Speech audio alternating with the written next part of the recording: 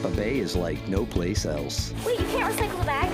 You have to throw it away. Proper recycling keeps it that way for everyone. Bags tangle in machinery and can bring sorting efforts to a halt. No bags. Trash the bags and keep our recycling program moving forward. No, Mom, look. No plastic bags. Do your part to keep our recycling bag-free. Trash the tanglers or return them to participating retailers. For more information, visit tampabayrecycles.org.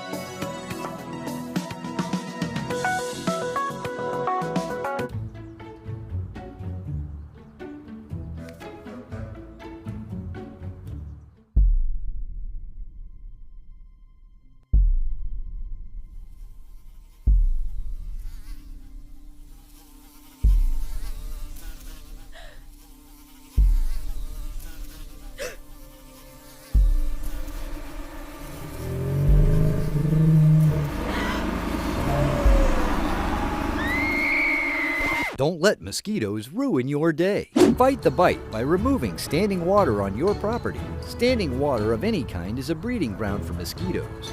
Do your part and help reduce the mosquito population. Visit hcfl.gov/fightthebite.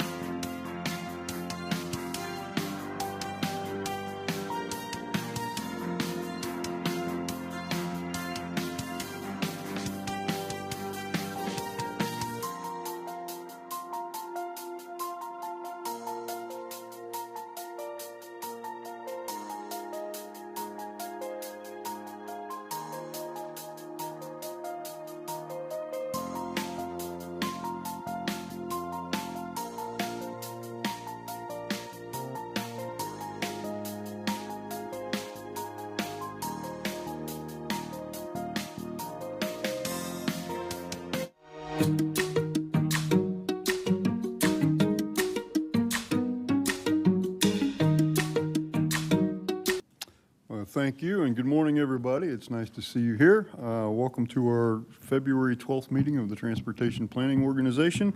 If you would, please rise and join me in the Pledge of Allegiance. I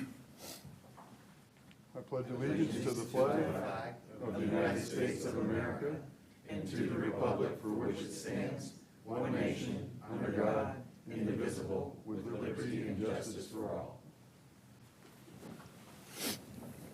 Thank you, everybody. I'd like to remind everybody to please silence your electronic devices, and it's always a good reminder for me to check mine because it's usually the one that goes off. And so could we please have the roll call, please?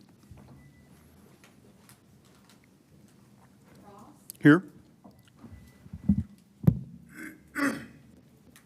Whistle? Here. Cohen? Here. Myers? Here. Bowles? Present. Mr. Miller is excused. Ms. Falco? Here. Clayton? Here. Burkhoff? Here.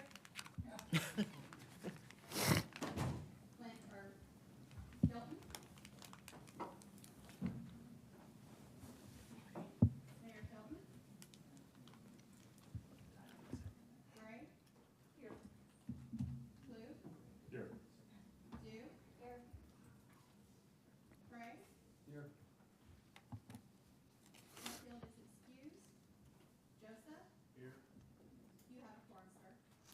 Thank you very much, and I would like to welcome School Board Member Lynn Gray to the group. It's good to see you, Lynn. Would you like to say anything about yourself or why you're here? Or you need your microphone on. Yeah, go ahead. All right.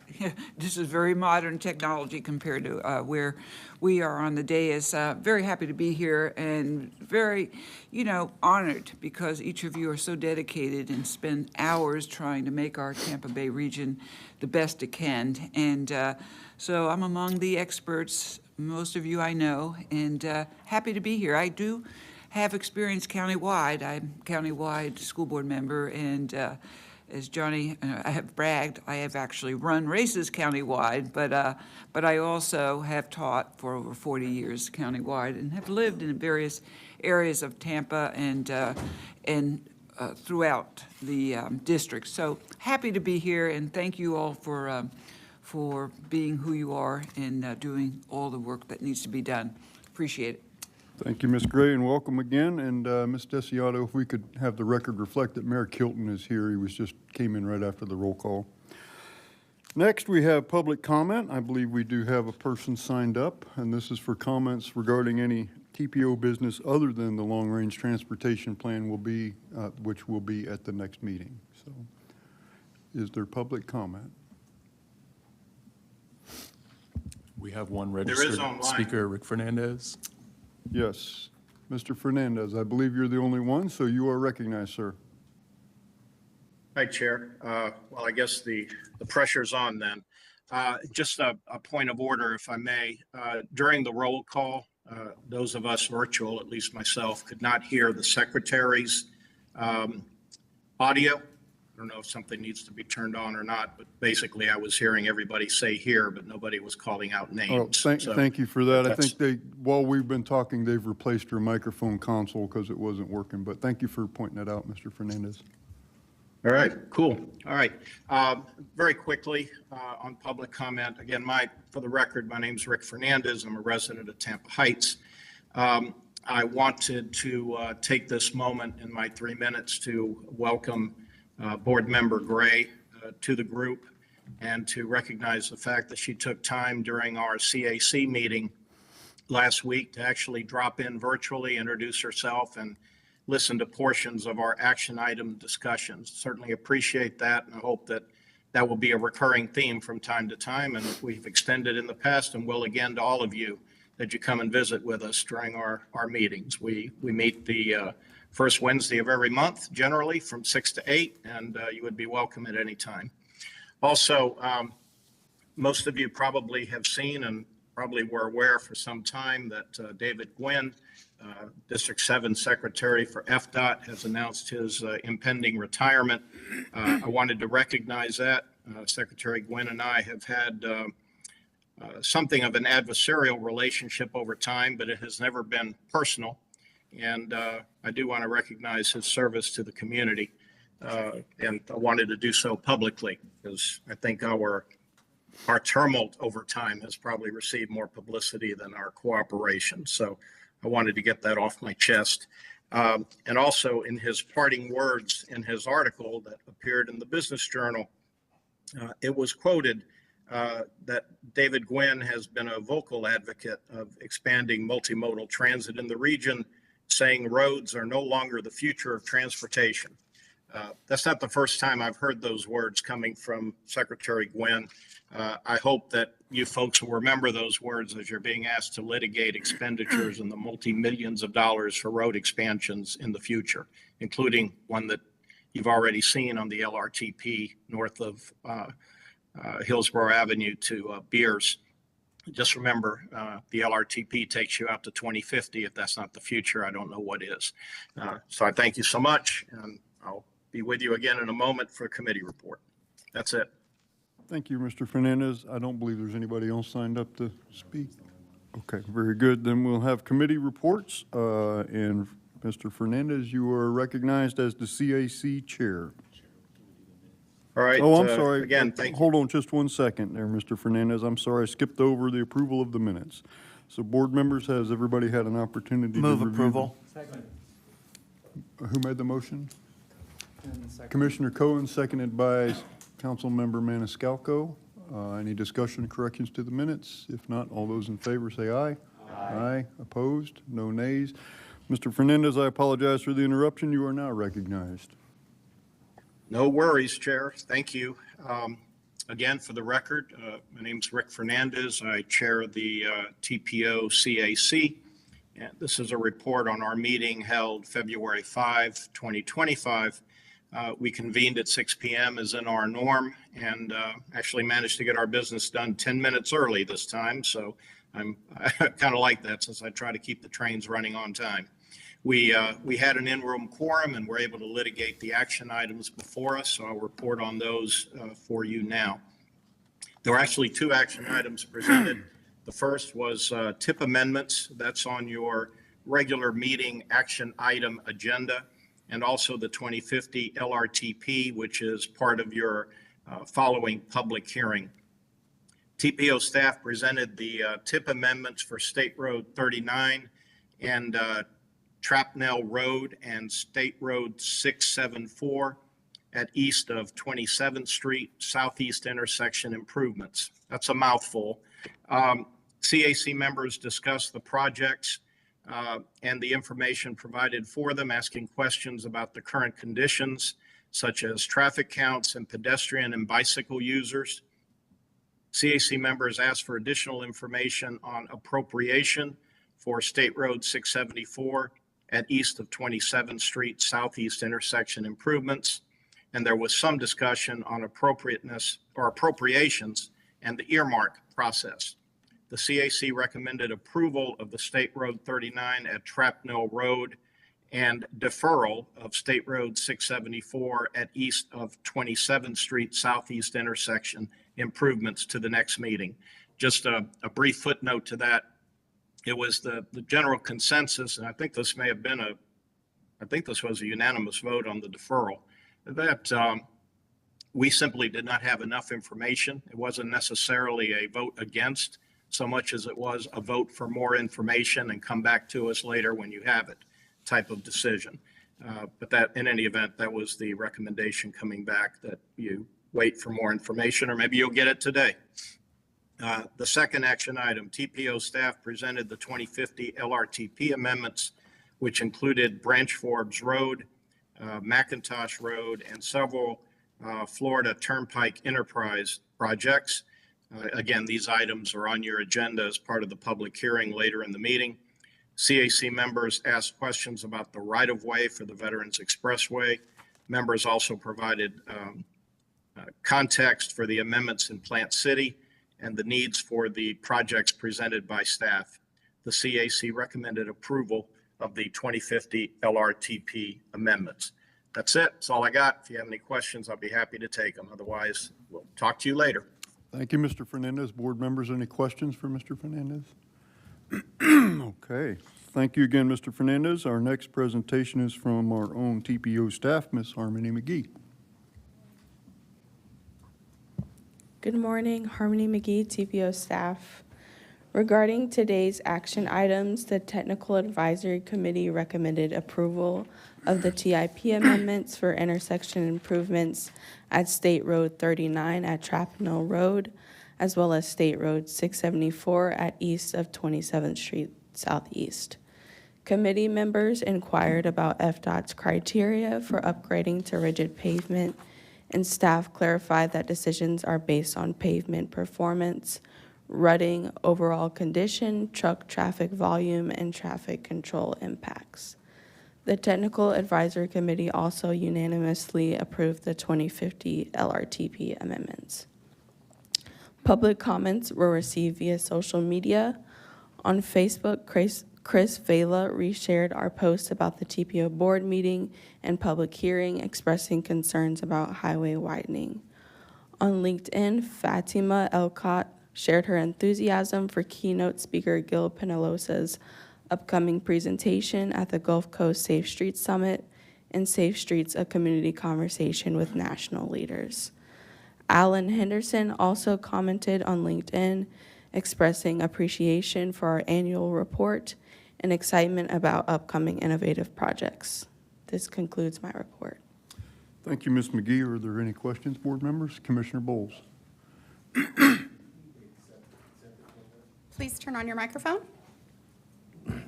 Just curious, as a point of order, do we need to accept the consent agenda? That's next. That's next. Yes, sir. Okay. Thank you. Yes, sir. Any questions for Ms. McGee, board members? Did you have a comment? Okay. We're good. Thank you, Ms. McGee. Now, is there a motion to approve the consent agenda? I'll make that motion. Sorry. Motion by Commissioner Bowles, seconded by Councilmember Maniscalco. Is there any discussion of the motion? If not, all those in favor say aye. Aye. Aye. Any opposed? No nays. The consent agenda is approved. Next item is a tip amendment from State Road 39 at Trapnell Road, and the second one is State Road 674 at east of 22nd Street Southeast intersection improvements. And Elizabeth Watkins is here to explain. Good morning. Good morning. Elizabeth Watkins, TPO staff. There are two tip amendments for your approval or for your review today. Both are intersections improvements, one in Plant City and one in South County. So we'll start with the one in Plant City at State Route 39 at Trapnell Road. This is an intersection improvement which will rebuild the intersection to use rigid pavement or concrete. There will also be lighting and signal upgrades included in the scope of the project, and FDOT is expecting construction to begin in fall of 2025. Just to provide an additional visual, this is an example of what the intersection treatment would look like. This is from US 301 at Bloomingdale, where they use concrete at the intersection. And traditionally, this technology is used because there's less frequent rehabilitation, as well as a longer service life and less disruption to the traveling public. So what's actually changing with the Transportation Improvement Program? Well, DOT is adding about $2 million to get this project through construction. Some of that is due to the additional lighting and signal components, but a large portion of that is just due to the unit cost increases that we're seeing across the industry. The next project is the intersection improvement in Ruskin. So this is at the new Moffitt Center in South Shore that recently opened. So the scope of this project will include a new traffic signal, some crosswalk improvements, as well as lighting. So this project is being added to the TIP so that DOT can start design in 2025 and then move to construction in 2026. So what's changing with the TIP? This project needs to be added in. You may find it interesting that this project is being funded with a federal earmark that was originally sponsored by Representative Buchanan, and that is now going to DOT to implement this project and start design in 2025. So the recommended action is to consider approving by roll call vote these amendments to the Transportation Improvement Program, but I'd be happy to take any comments or questions. Thank you, Ms. Watkins. Board members, are there questions? Board Member Gray.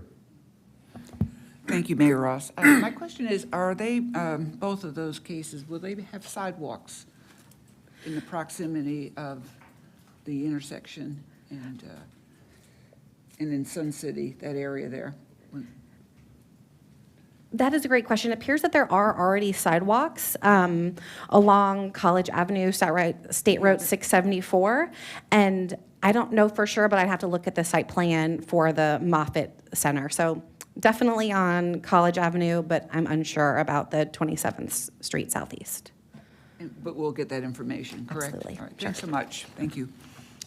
Other questions, board members? I do have one. Ms. Watkins or Dr. Wong, was somebody from staff either present or monitoring the CAC meeting where they said that they didn't have enough information about the second project? And I'm wondering if we have provided more information this morning or if we can better understand what information they felt was lacking. Absolutely. I was there giving the presentation at CAC, and my understanding of their concern is they wanted to see the actual language of the earmark. So I have that for you if you're interested, and it's been sent to the CAC. So the earmark said the funding will be used by Moffitt to improve public roadways into and out of the satellite cancer care campus, helping constituents get into and out of the new satellite campus of a world-class cancer care facility in Hillsborough County is a very appropriate use of federal monies and is a clear nexus. Okay. So I didn't have that in my back pocket. So the question had more to do with the funding package than the project itself? Yes. Okay, thank you. Other questions, board members? If not, is there a motion to approve? Move for approval. Okay, who got there first? Commissioner Myers made the motion, and Councilmember Clendenin provided the second. Any discussion of the motion? If not, all those in favor say aye. Aye. Oh, I'm sorry. Thank you very much, Dr. Wong. So we need a roll call vote, Ms. Desiano. Ross, Yeah, yes. Wostel, Yes. Cohen, Myers, Yes. Bowles, Yes. Maniscalco, Yes. Clendenin, Yes. Hurtak, Yes. Kilton, Yes. Gray, Yes. Klug, Yes. Dew, Frey, Joseph, Yes.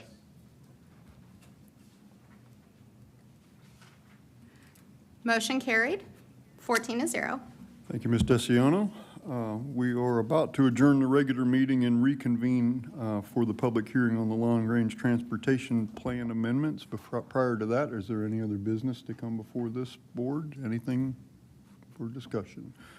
Okay, if not, we will be adjourned, and I will call the second meeting to order. This is a meeting for amendments to the 2050 long-range transportation plan. Do we need another roll call, or does the first one suffice, Mr. Clark? Well, you only need the roll call for final adoption. Microphone, please. You only require roll call for final adoption of whatever you Okay, amend. so we've Yes. already established a Yes. quorum. Yes. Okay, very good. For So the clerk's purpose, we do need a roll call because one meeting has been adjourned and a new one is being started. that's what I was wondering. Wasn't statutory, but yes, for the clerk, that's. Okay, so would you please establish a quorum by calling the roll? Ross, Here. Wostel, Here. Cohen, Myers, Here. Bowles, Here. Commissioner Miller is excused. Maniscalco, Clendenin, Here. Hurtak, It's her tack and here. thank you. Kilton, Here. Gray, Klug, Dew, Frey,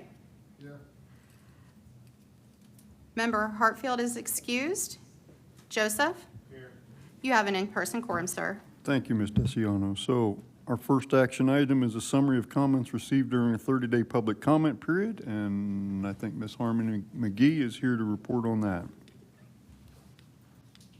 Good morning. TPO staff followed our standards according to the PPP, so signs, a social media post, as well as an ad was produced to notice the public of the 30-day public comment period. However, no additional comments were received.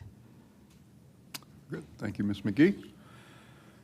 Next, it looks like Mr. Adam Purcell is here from AECom to discuss the LRTP amendments on Branch Farms Road, McIntosh Road, and Florida's Turnpike Enterprise Priority Project.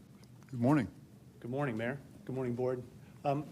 My name's Adam Purcell. I've spent the better part of the last month supporting TPO staff and evaluating the amendments, and wanted to walk you through our evaluation this morning. AECom supported the TPO with the development of the revenue forecast and cost balancing exercise as part of the 2050 LRTP. So we have some experience in looking at these processes and these projects and evaluating them.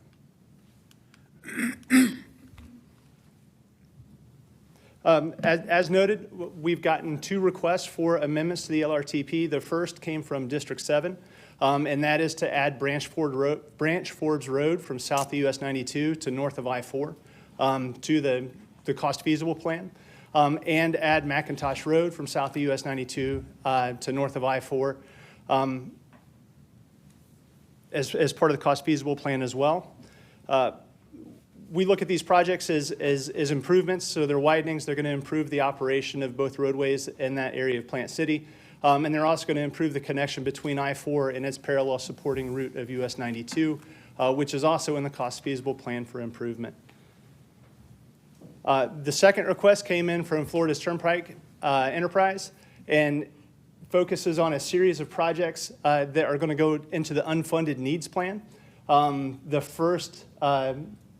first bullet, add 2 lanes for the Veterans Expressway. That would go into the unfunded needs, as well as the interchange modifications.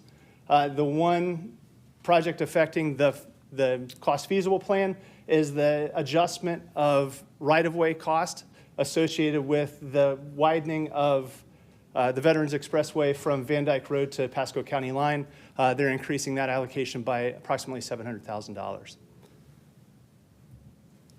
When we received the request, we went back into the spreadsheets and started to look at how these projects had been evaluated previously, how they affect level of service, what the traffic volumes are.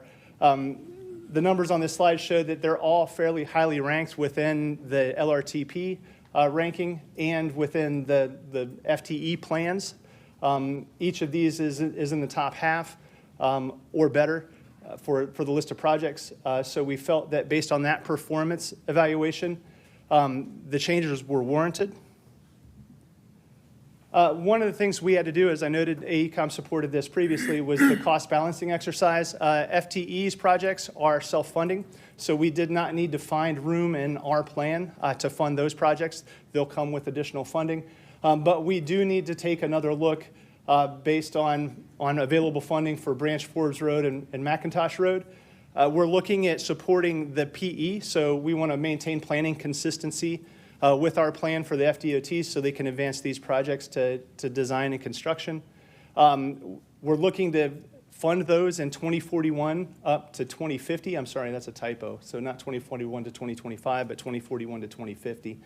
And that escalates the cost to almost $15 million. So as we evaluate our cost balancing, we've got to find that additional funding in our cost feasible plan to accommodate the inclusion of those 2 roadways. This kind of recaps that piece.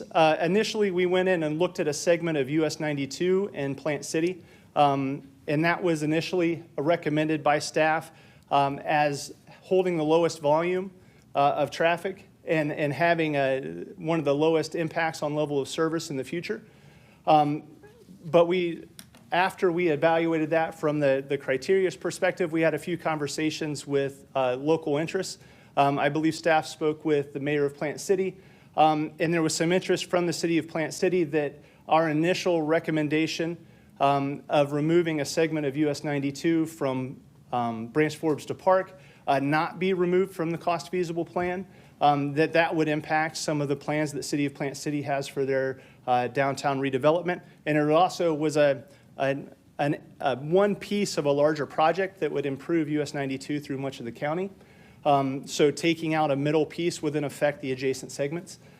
We looked for other projects in the cost feasible plan that would not have those types of secondary impacts. And that's where we identified funding in 2041 to 2050 for State Road 574 or MLK, that we recommend that widening be removed from the cost feasible plan and placed into the unfunded needs plan to make room for Branch Forbes and McIntosh Road.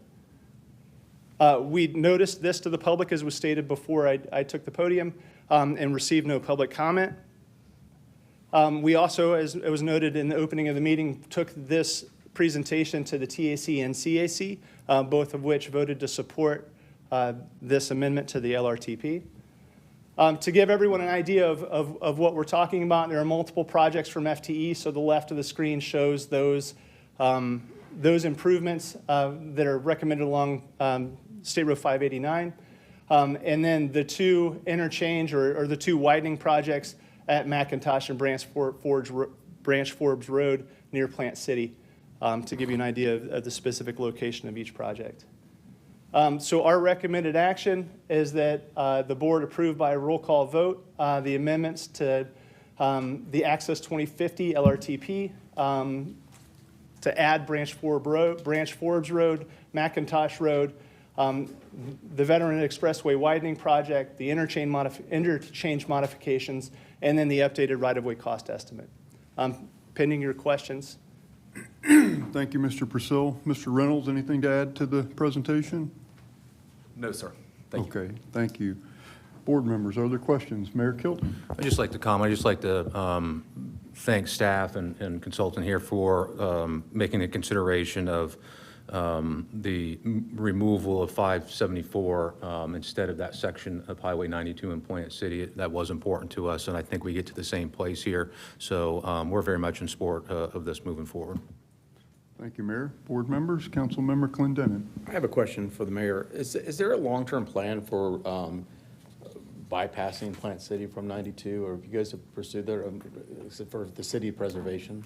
Yes, it's one of those things that we are working with FDOT on evaluating the best way to do that. So doesn't this kind of like get in the way of that? No, because there are sections of that do need to be widened, especially from Park Road over to County Line Road because of the volume of traffic and because of the warehouses that are coming in along there. The volume into downtown is increasing because of the increase in the overall growth in our community. So there's going to be a need for that regardless of whether or not there's a bypass. Gotcha. It was just curiosity, just intuitively, it just seemed like counterintuitive. But okay, yeah, and there's 4 different projects. So if you pull that one out, it has impacts on the other 3 that are contiguous to it. Very good. Thanks. Thank you. Good. Other questions, board members? Councilmember Gray. And this question probably would go to Mayor Kilton. Did we speculate any additional residential housing in those areas of the widening? So I don't know the exact distances from those particular areas, but we have 2 substantial projects that are in construction right now, North Park Isles and Berea, that will both have at least 2,000 homes in each development that are currently under construction.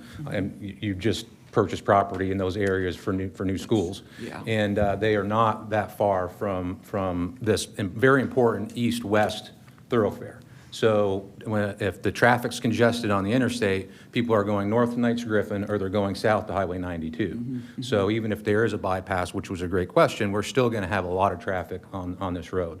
So that's what's on the books right now, and there might be another annexation coming up in the future. So people are coming to Plant City, they're going to South County, and we're just seeing that the growth is happening. It's been very, very quick, especially since COVID happened. The rate of these houses being built is much faster than what I anticipated it to be. Yes, and so I concur. I mean, the Plant City, that surrounding area is growing so quickly. We have our career center right in that area. Is that on Park, right? On Park?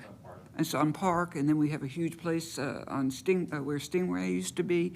So, you know, we have a lot of planning, but Plant City, that area is just, it's without stopping. But at any rate, I'm glad to see this is going forward. Good. Board members, other questions? I do. I have a question. Okay, Commissioner Bowles, I know you had questions about this. Are you satisfied? Okay. Okay. Commissioner Westel? All right, thank you. My questions are going to revolve around the Branch, Forbes, and McIntosh, and then the expansions and improvements of the exits on the veterans, okay? So I'll start with the Branch, Forbes, and McIntosh. I just wanted to make sure that I understood your commentary and slides correctly, that you are moving this up from projecting 2041 to 2025, and there's going to be funding. Your slide said Branch, Forbes, and McIntosh widenings from US 92 to I-4, but as I understood it, Hillsborough County still has an accountability for about 2,800 feet of roadway in between there. Is that correct? And are these slides, I think you said one about 19 million or so on one of the slides. Are you saying that the costs for expanding the entire roadway has already been accounted for?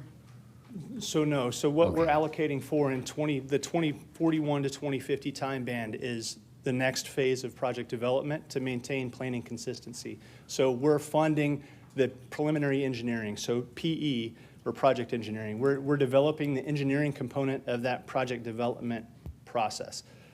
So we're not funding the entire cost of construction. This is to maintain, this is the requirement to meet planning consistency, the funding requirement to meet planning consistency. But the PA is for the entire stretch of road, correct? And then So- we're so just going to... So I believe these PD&Es were presented to the board last month, is that correct? They were. So these projects were presented in detail. It's my understanding that it goes from US 92 to north of I-4. That does take it some distance. I'm not sure the exact distance north of I-4, but it does incorporate the full length of the project corridor that was described to the board in January. Okay, I think there might have been a typo on a slide, or my eyes deceived me because it said 2041 to 2025 on there, I believe. So I had noted that, yeah. That okay, yeah, I must have missed that part of it. Okay, so that's fine. So we're just taking care of next steps. I'll get with you, Johnny, on what we need to do. One of those two roads has an environmental challenge that we're dealing with, so that's why I'm very curious about it. As far as the exits are concerned, off of the veterans, I've brought this up before, and I don't know what terms of ranking priority. You said that both the widening and the exits are currently unfunded. Is that correct? Well, so the widening from the Veterans Expressway, I'm sorry, from Van Dyke to Pasco County line is funded. I understand that. The Hillsborough to Waters or Waters to Anderson widening. So they are currently unfunded, and they would remain unfunded. So they would be added to the plan, but added as unfunded needs. The reason I was asking is because I'm confident I'm the most familiar person with that road. I unfortunately sleep on that road, and I just can't advocate more that I'd hope that if funding comes, the Hillsborough exit would be more priority than the widening of Waters to Anderson. So I don't know how you guys decide that, but I had been made aware in terms of the state has had some meetings on safety hardening and improvements since the storms came through. Evidently, it blew off a ton of the exit signs. And I was curious if you guys intend to or could commit to some of the suggestions that they made of actually painting the exit numbers onto the auxiliary exit lanes. Is that something that you guys intend to do with this? We didn't get that detailed of a description of the project or the proposed action. So I would defer to other people more familiar with these projects and the details of those projects, and that may be additional coordination with FTE to have that kind of design component added to the project, or a commitment to that type of design added to the project. So it's not you that can make that commitment. It would need to be someone from the actual authority, I guess? Correct. Okay, I'm getting a nod from FDOT. I think Board Member Fry might have an answer to your question. Oh. I was also going to say that possibly it could be worked into design or something along those lines with not just that, but the hardening of the intersections for recovery as well, as we saw from last storms.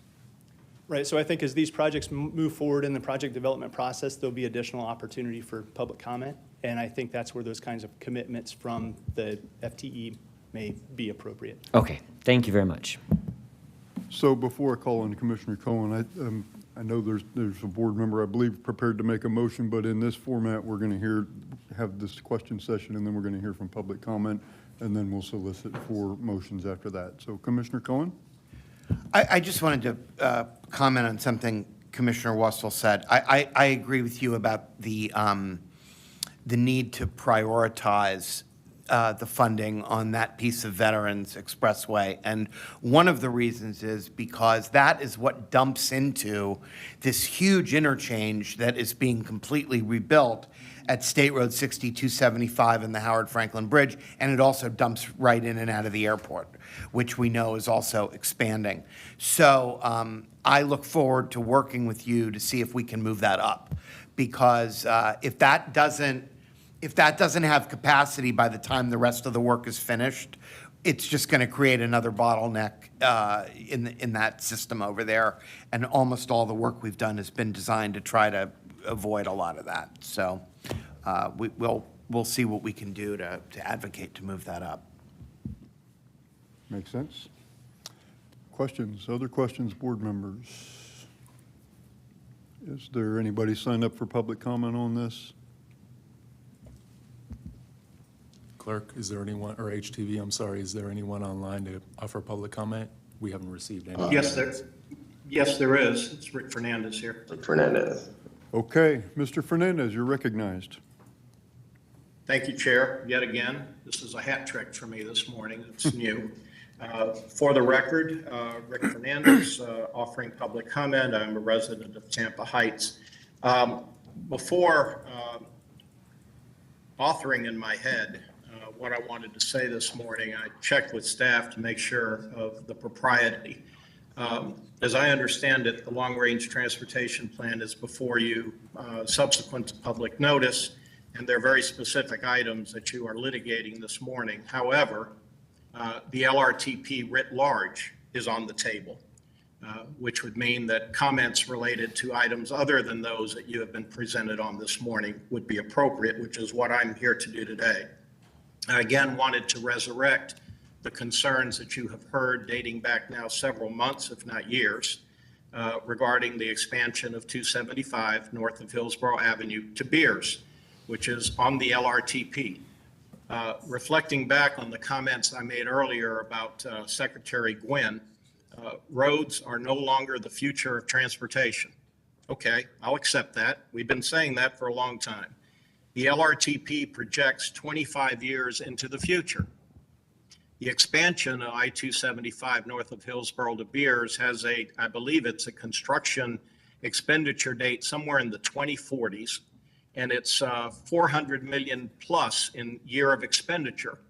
I make these comments because in this time of fraud, waste, and abuse that we seem to be obsessing over, it strikes me that it is not the most fiscally responsible move to be approving a project that's going to cost us over $400 million for an expansion of a road that the neighborhood does not want, when in fact roads are not the future. Somewhere along the line here, the inconsistency and insanity of that needs to be picked up, and I and others are going to keep on beating that horse until somebody finally listens. But I could not let this opportunity slip by without putting it into the record yet again. Please strike that item from the LRTP. Thank you. Thank you, Mr. Fernandez, and I'd like to remind further public comment that the item under consideration are two amendments that involve Branch Forbes and McIntosh and the Turnpike. So that's what we're soliciting public comment in. Are there other people signed up for public comment? If not, is there anybody in the gallery who would like to speak on this topic? Okay. Board members, is there a motion? Move to approve. Motion by Mayor Kilton, seconded by Councilmember Clendenin. Any comments on the motion? If not, all those in favor say aye. Oh, I'm sorry, Commissioner Bowles. Roll call vote, thank you. I'm going to get it one of these days, I promise. Would you please call the roll? Ross? Yes. Wostel? Yes. Cohen? Yes. Myers? Yes. Bowles? Yes. Maniscalco? Yes. Clendenin? Yes. Hertog? Yes. Kilton? Yes. Gray? Yes. Klug? Yes. Dew? Yes. Frey? Yes. Joseph? Yes. Motion carried 14-0, sir. Thank you. Next up, we have our Executive Director's Report. Dr. Wong. Thank you, Chair. Thank you, Board, for a notably expeditious meeting this morning and hearing.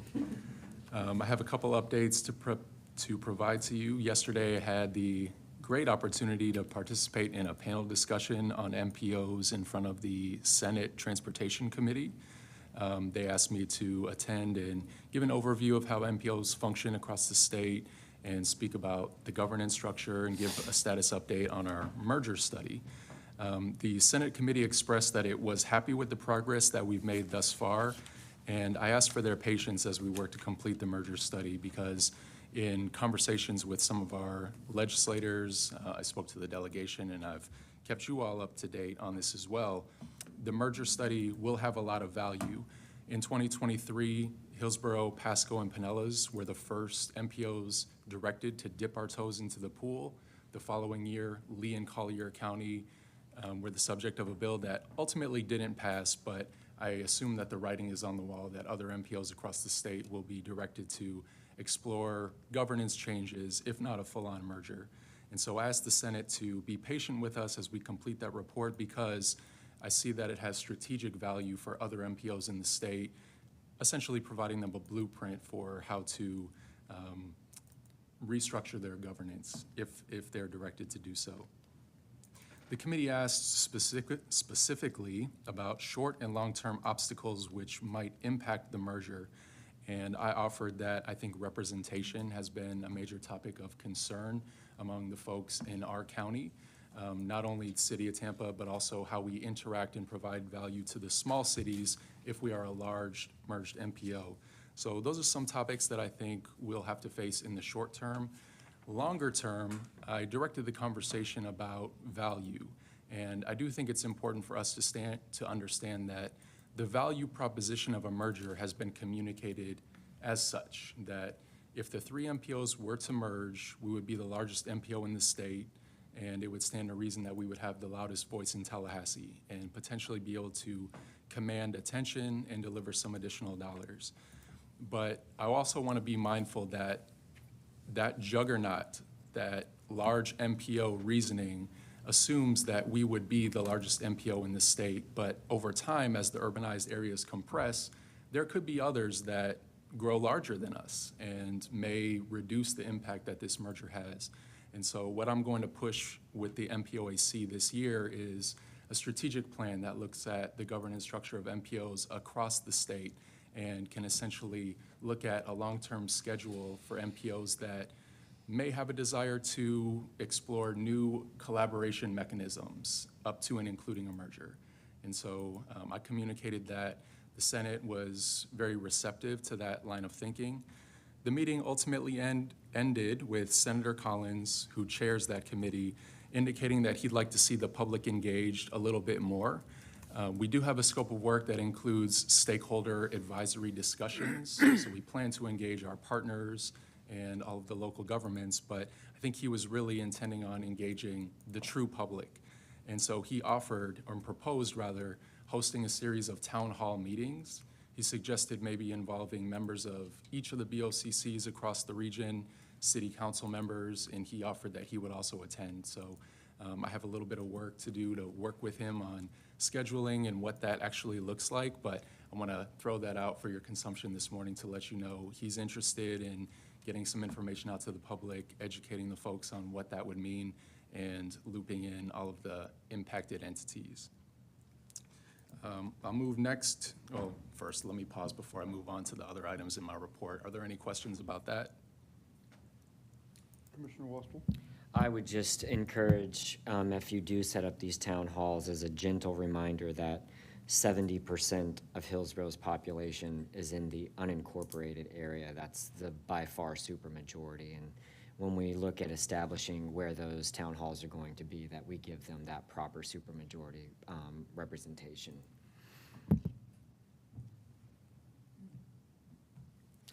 Board Member Gray. I would like to also be part of the bigger, those meetings, because we are the largest transportation system in Tampa proper, our school buses. Thank you. All right, thank you. Any other questions on that topic? If not, I'll move next to report that the TMA Leadership Group meeting will be February 21st, hosted at PSTA. I believe that starts at 9:30. I'll send calendar invites to everyone if there's an interest in folks attending that meeting. Our next regular TPO board meeting will be held March 12th in this room beginning at 10 a.m. And I'll close out by saying, after months and months of preparation, the Gulf Coast Safe Street Summit, having been postponed from October, will finally be held tomorrow at Port Terminal 2. Thank you again to our partners at the port for working with us through the logistics and giving us that meeting space. I hope to see you all there. The summit begins at 1 o'clock, ends at 5, and there will be events after. That's all from me, unless anyone has any questions. Any questions for Dr. Wong? All right, thank you. Thank you. So is there any old or new business to come before the board? I have one thing just to update you. And I don't know if this has been published or not. If it has, I haven't seen it, but the Tampa Bay Business Journal was doing a story on the impacts to Hillsborough County, the potential impacts to the new guidance that's been put out by the new Secretary of Transportation, Sean Duffy. And I don't know if you've read that guidance, but it is a memo that sets the overarching priorities and how funds will be distributed by US DOT. And so they didn't just interview me. They contacted me as the chair of this board, but they said they were also contacting other elected officials, but they didn't tell me who that was, so it may be some of you, I don't know. We had quite a lengthy discussion. Obviously, I consulted with Dr. Wong, I consulted with DOT and some other folks to make sure that how I was interpreting the guidance was accurate, but I have not seen that article. I don't know if it's been out yet or not, but if you might keep an eye on the Business Journal and take a look for it. If you do see it, you might want to click on it because it does pertain to us. My take on it, and this is just my take after investigating it, I think we're going to be fine, really, in the state of Florida and in Hillsborough County. It seems to be more of a return to formula-based budgeting, which is good for the state of Florida. We do well under the formula-based modeling. Takes into account things like population, miles driven, those kinds of metrics, and we do very well and rank very highly if you use that. It seems to be they're moving towards that and away from kind of the grant-funded model that has been in place recently. So there was one particular section in a long memo that the reporter was particularly concerned about, and that was to prioritize funding for communities where the marriage and birth rates exceed the national average. And ours do not. And so if you look just at that line, that could signal a concern, which is what the focus of the reporter's concern was. But if you read the entire document, I think we're going to be okay. And I don't know how, it doesn't give you any detail of how that one little section is going to be interpreted and applied in, federal highway and federal transit and FAA and rail. And so I don't, but if you look at all the other metrics, Florida in general and Hillsborough County should do fine. So if your constituents read that and they like, oh my gosh, our birth rates don't exceed national average, everything's gonna be unfunded. I don't have everybody to get busy. Yeah, I don't have a crystal ball. Yeah. I don't have a crystal ball on that, but I think that the state of Florida is going to be fine, and I think Hillsborough County is going to be fine. So I don't think it's time for people to have their hair on fire and be panicking and all. I think we're going to be okay.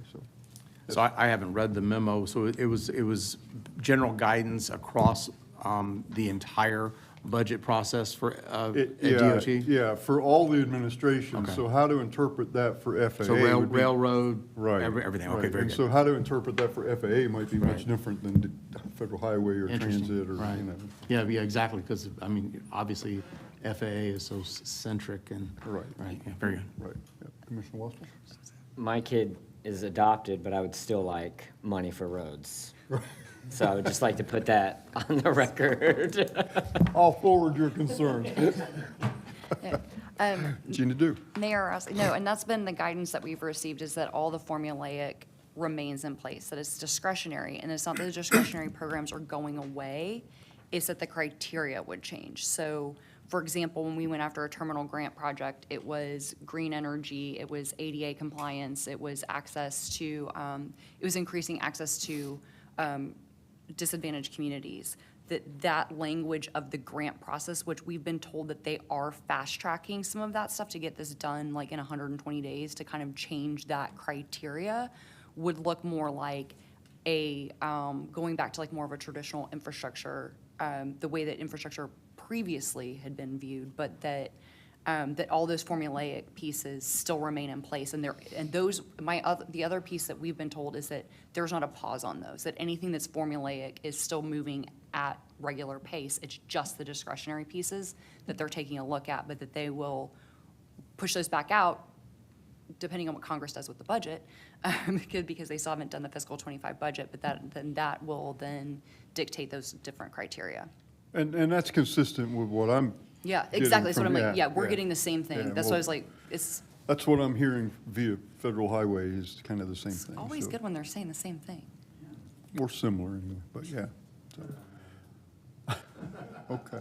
Any other old or new business to come before the board? Going once, going twice, we're going to adjourn. Okay, we will be adjourned. Thank you, everybody.